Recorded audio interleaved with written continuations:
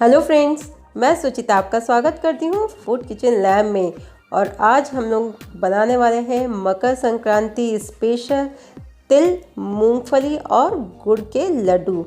ये बहुत ही जल्दी बन के तैयार हो जाते हैं और बहुत ही ज़्यादा सॉफ्ट और बहुत ही ज़्यादा टेस्टी बन के तैयार होते हैं। और सबसे बड़ी बात कि इसमें बिल्कुल भी मेहनत नहीं, बहुत ही कम टाइम में ये लड्डू हमारे बन के तैयार हो जाते हैं। तो चलिए देखते हैं कि ये बहुत ही इजी और बहुत ही टेस्टी से लगने वाले लड्डू हम लोग किस तरीके से बनाएंगे। तिल मूंगफली लड्डू बनाने के लिए हमने यहाँ पे लिया है वाइट तिल। ये मार्केट में इजीली मिल जाती है। अगर वाइट तिल नहीं मिले तो हल्की सी ब्राउनिश तिल आती है, वो भी हम इस्तेमाल कर सकते हैं। और उसके साथ हमने लिया है मूंगफली। मूंगफली को हमने अच्छे से भूज लिया है और जो इसका छिलका था उसको हमने हटा दिया है। और इसके साथ ही हमने लिया है गुड़। तो यहाँ पे हम टोटल 350 ग्राम गुड़ का इस्तेमाल कर रहे हैं। तो गुड़ के हम लोग पहले छोटे छोटे से पीसेस कर लेंगे। तो तिल और जो मूंगफली हमने ली है उसकी सेम क्वांटिटी में हमको गुड़ का इस्तेमाल करना है। हम चाहें तो मूंगफली की क्वांटिटी और बढ़ा सकते हैं, तिल की क्वांटिटी और कम कर सकते हैं, बट मूंगफली और तिल जितना भी आपका वेट में होगा उतना ही हमको का इस्तेमाल करना है। इस बात का ध्यान में रखिएगा।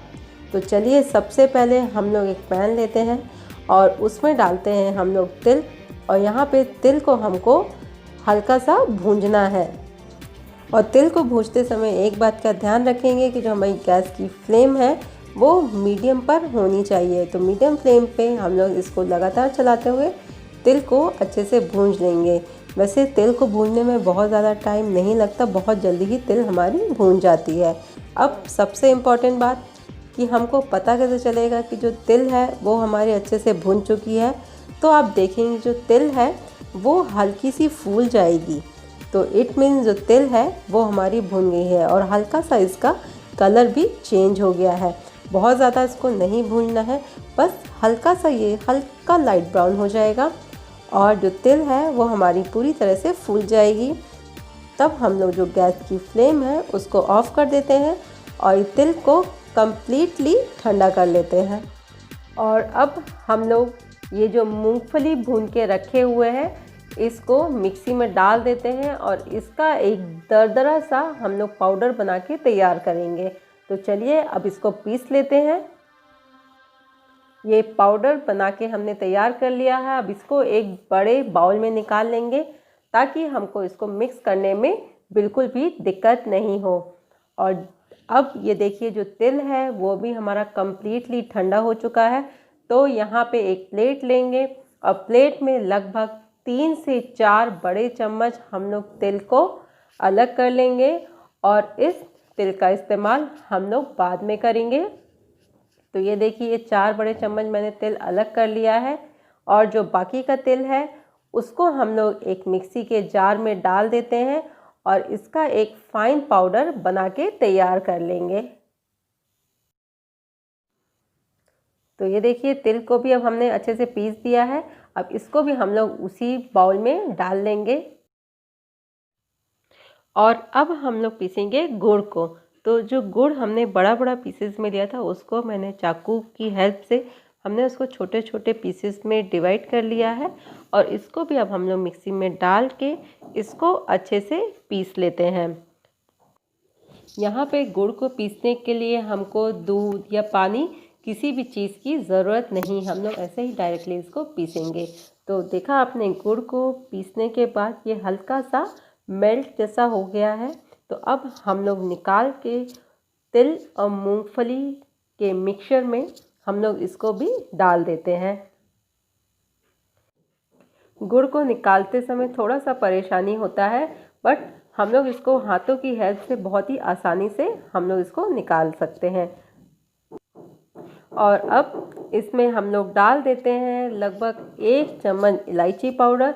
इससे इसका टेस्ट और भी ज़्यादा बढ़ जाता है।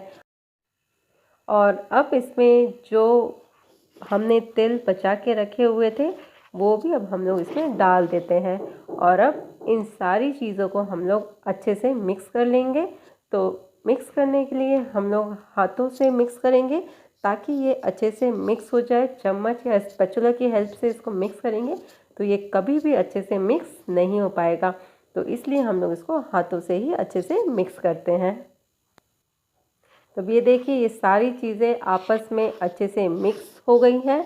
अब यहाँ पे हमको एक बात का ध्यान रखना होगा कि जब हम इसको मिक्स कर रहे हैं तो देखेंगे कि ये हमारा अच्छे से बाइंड हो रहा है कि नहीं। अगर बाइंड अच्छे से नहीं हो रहा है तो यहाँ पे हम लोग घी, दूध या मलाई किसी भी चीज़ का इस्तेमाल कर सकते हैं। तो यहाँ पे मैं घी का इस्तेमाल कर रही हूँ, इससे एक बहुत ही अच्छा सा टेस्ट आएगा। घी को भी अब इसमें हम लोग अच्छे से मिक्स करेंगे। और अगर आप घी नहीं खाते हैं तो इसमें हम लोग 3 से 4 छोटा चम्मच मलाई भी डाल सकते हैं। तो घी को डाल के इसमें हम लोग अच्छे से मिक्स कर लेंगे और हम लोग देखेंगे इसमें कि इसका जो लड्डू है वो अच्छे से बन रहा है कि नहीं। अगर इन केस अगर लड्डू नहीं बन रहा है तो हम लोग 1 से 2 चम्मच घी इसमें और डाल सकते हैं। तो ये सारी चीज़ें तो अब आपस में अच्छे से मिक्स हो गई हैं। अब हम लोग थोड़ा सा मिक्सचर लेंगे और हम लोग उसका लड्डू बना के तैयार करेंगे और देखेंगे कि लड्डू है जो अच्छे से बाइंड हो रहा है कि नहीं हो रहा है। यहाँ पे देख सकते हैं कि जो लड्डू है बहुत ही अच्छे तरीके से बाइंड हो रहा है। तो अब हम लोग इसको अच्छे से लड्डू के फॉर्म में इसको चेंज कर देते हैं।